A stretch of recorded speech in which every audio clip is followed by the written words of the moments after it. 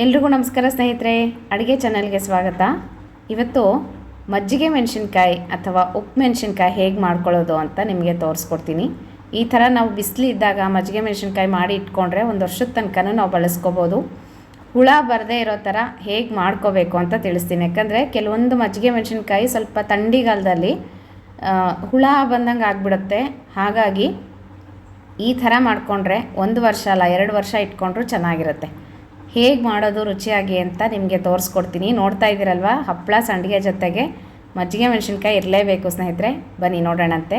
ನಾನಿಲ್ಲಿ ಫಸ್ಟು ಪುಡಿ ಮಾಡ್ಕೊತಾ ಇದ್ದೀನಿ. ಮಿಕ್ಸಿ ಜಾರ್ಗೆ ಒಂದು 2ರಿಂದ 3 ಚಮಚದಷ್ಟು ಜೀರಿಗೆ, ಹಸಿ ಜೀರಿಗೆನೇ ಹುರಿದಿಲ್ಲ ನಾನು, ಹಸಿ ಜೀರಿಗೆ, ಸ್ವಲ್ಪ ಇಂಗು, ತುಂಬ ಜಾಸ್ತಿ ಹಾಕಬೇಡ್ರಿ, ಇಂಗು ಸ್ವಲ್ಪ ಹಾಕ್ಕೊಂಡ್ರೆ ಸಾಕಾಗುತ್ತೆ. ನಾನಿಲ್ಲಿ 2 ಚಮಚ ಜೀರಿಗೆಗೆ 1 ಚಮಚದಷ್ಟು ಇಂಗು ಮತ್ತು ಸ್ವಲ್ಪ ಉಪ್ಪು ಸ್ವಲ್ಪ ಮುಂದೆ ಇರಲಿ, ಯಾಕಂದರೆ ರುಚಿ ಚೆನ್ನಾಗಿರುತ್ತೆ. ಸ್ವಲ್ಪ ಆಮೇಲೆ ಉಪ್ಪು ಉದುರ್ಕೊಂಡು ಬಿಡುತ್ತೆ. ಹಾಗಾಗಿ ಈ ಮೂರನ್ನು ಸೇರಿಸಿ ನುಣ್ಣಗೆ ಪುಡಿ ಮಾಡ್ಕೋಬೇಕು. ನಂತರ ಇಲ್ಲಿ 1 kg ಅಷ್ಟು ನಾನು ಮೆಣಸಿನ್ಕಾಯಿನ ತೊಗೊಂಡಿದ್ದೆ. ಈ ರೀತಿ ತೆಳ್ಳಗೆ ಉದ್ದುದ್ದ ಇರಬೇಕು.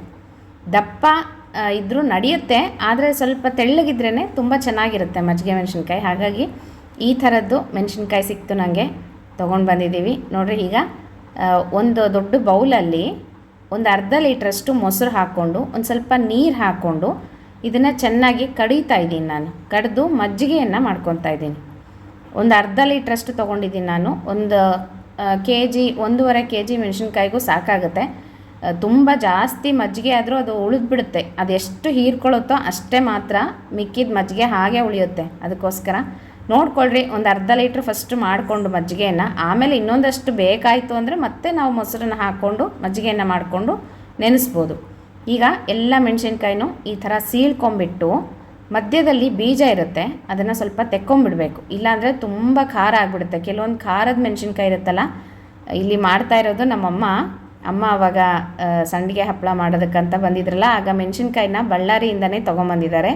ಬಳ್ಳಾರಿಯಲ್ಲಿ ತುಂಬ ಚೆನ್ನಾಗಿ ಸಿಗುತ್ತೆ ಮೆಣಸಿನ್ಕಾಯಿಗಳು, ಹಾಗಾಗಿ ಅಲ್ಲಿಂದನೇ ತರಿಸಿದ್ದೆ ನಾನು.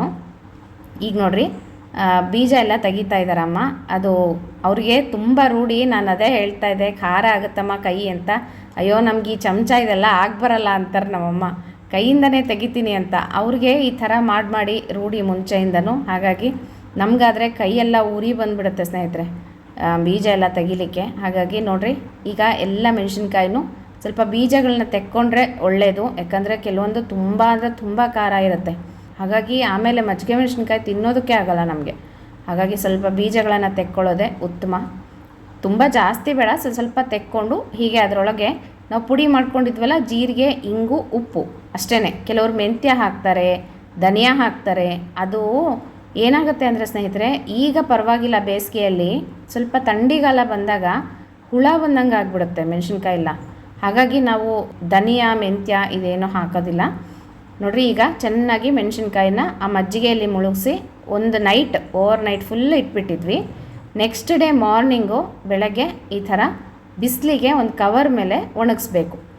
ದಿನನಿತ್ಯ ಬೆಳಗ್ಗೆ ಬಿಸಿಲಿಗೆ ಹಾಕಬೇಕು, ಸಾಯಂಕಾಲ ತರಬೇಕು. ನೋಡಿರಿ, ಮತ್ತೆ ಅದೇ ಮೊಸರಿನಲ್ಲೇ ನಾವು ಏನು ಮಜ್ಜಿಗೆ ಮಾಡಿ ಇಟ್ಕೊಂಡಿದ್ದಲ್ಲ, ಅದೇ ಮಜ್ಜಿಗೆಯಲ್ಲೇ ಮತ್ತೆ ಇದನ್ನು ಓವರ್ ನೈಟ್ ಫುಲ್ಲು ನೆನೆಸ್ಬೇಕು. ಮತ್ತು ಮಾರನೇ ದಿವಸ ಬೆಳಗ್ಗೆ ಬಿಸಿಲಿಗೆ ಹಾಕಬೇಕು. ನೈಟ್ ನೆನೆಸ್ಬೇಕು ಮಜ್ಜಿಗೆಯಲ್ಲಿ, ಮತ್ತು ಮಾರನೇ ದಿವಸ ಬೆಳಗ್ಗೆ ಬಿಸಿಲಿಗೆ ಹಾಕಬೇಕು. ಈ ರೀತಿ ಅದಿಷ್ಟು ಮಜ್ಜಿಗೆ ಖಾಲಿ ಆಗೋ ತನಕನೂ ಮಾಡಬೇಕು.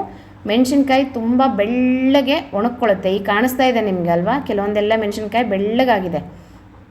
ಈ ಥರ ಬೆಳ್ಳಗಾಗಬೇಕು ಮೆಣಸಿನ್ಕಾಯಿ. ಮತ್ತು ಗೊತ್ತಾಗುತ್ತಲ್ವ ಆಗಲೇ ಮೆಣಸಿನ್ಕಾಯಿ ಆಗಿದೆ ಅಂತ. ಈ ರೀತಿಯಾಗಿ ಚೆನ್ನಾಗಿ ಒಣಗಿ ತುಂಬ ಕ್ರಿಸ್ಪಾಗಿ, ಹಿಂಗಂದರೆ ಹಂಗೆ ಮುರಿಬೇಕು. ಆ ಥರ ಟೊಳ್ಳಾಗಿ ಅಂತೀವಲ್ವ, ಆ ಥರ ಆಗಬೇಕು. ಅಲ್ಲಿ ತನಕನೂ 2 ದಿನ ಸಾಕಾಗುತ್ತೆ. 2 ದಿನ ನೆನೆಸಿ ಮಜ್ಜಿಗೆಯಲ್ಲಿ ರಾತ್ರಿ ನೆನೆಸಿಡೋದು, ಬೆಳಗ್ಗೆ ಬಿಸಿಲಿಗೆ ಹಾಕೋದು. ಈ ರೀತಿ ಮಾಡಿಕೊಂಡ್ರೆ ಸೂಪರಾಗಿರುವಂಥ ಮಜ್ಜಿಗೆ ಮೆಣಸಿನ್ಕಾಯಿ ಅಥವಾ ಉಪ್ಪು ಮೆಣಸಿನ್ಕಾಯಿ ಅಂತೀವಿ ಕೆಲವು ಕಡೆ, ರೆಡಿ ಆಗುತ್ತೆ. ಈ ಸಲ ನಮ್ಮ ಮನೆಯಲ್ಲಂತೂ ತುಂಬ ರುಚಿಯಾಗಿ ಆಗಿದೆ. ಆಗಲೇ ನಾವು ಕರ್ಕೊಂಡು ತಿಂದಾಯಿತು.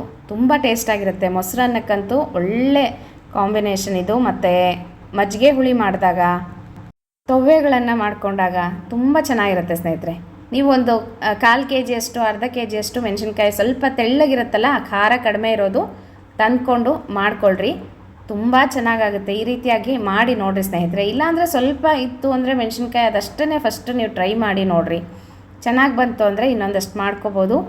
ಈ ರೀತಿಯಾಗಿ ಮಜ್ಜಿಗೆ ಮೆಣಸಿನ್ಕಾಯಿ ನೀವು ಟ್ರೈ ಮಾಡಿ ನನಗೆ ಕಮೆಂಟ್ ಮಾಡಿರಿ ಯಾವ ಥರ ಬಂತು ಅಂತ ಹೇಳಿಬಿಟ್ಟು. ತುಂಬ ಜನ ನನ್ನ ರೆಸಿಪೀಸ್ನೆಲ್ಲ ಫಾಲೋ ಮಾಡ್ತೀರಾ, ಸಂಡಿಗೆಗಳನ್ನ ಇಟ್ಕೊಂಡಿದ್ದೀರಾ, ಅಡುಗೆಗಳನ್ನು ಟ್ರೈ ಮಾಡ್ತೀರಾ, ನಂಗೆ ಕಮೆಂಟ್ಸ್ ಆಗ್ತಾ ಇರ್ತೀರಲ್ವ, ನಾವು ಮಾಡಿದ್ವಿ ತುಂಬ ಚೆನ್ನಾಗಿ ಬಂದಿದೆ ಅಂತ ಹೇಳಿ. ತುಂಬ ಸಂತೋಷ ಆಗುತ್ತೆ ನನಗೆ. ನಾನು ಮಾಡುವಂಥ ಅಡುಗೆಗಳನ್ನು ನೀವು ಟ್ರೈ ಮಾಡ್ತೀರಾ ಅಂತ ಹೇಳಿಬಿಟ್ಟು ನಾನು ತೋರಿಸಿದ್ದಕ್ಕೂ ಸಹ ಸಾರ್ಥಕ ಆಗುತ್ತೆ ಸ್ನೇಹಿತರೆ. ಹಾಗಾಗಿ ಮಜ್ಜಿಗೆ ಮೆಣಸಿನ್ಕಾಯಿ ನೀವು ಸಹ ಮಾಡ್ಕೊಳ್ರಿ. ಒಂದು ವರ್ಷದ ತನಕ ಇಟ್ಕೊಂಡು ಆರಾಮಾಗಿ ಊಟದ ಜೊತೆಗೆ ತಿನ್ನಲಿಕ್ಕೆ ರುಚಿಯಾಗಿರುತ್ತೆ ಅಂತ ಹೇಳ್ತಾ ಮುಂದಿನ ವೀಡಿಯೋ ಒಟ್ಟಿಗೆ ಸಿಗ್ತೀನಂತೆ ಸ್ನೇಹಿತರೆ. ನಮಸ್ಕಾರ.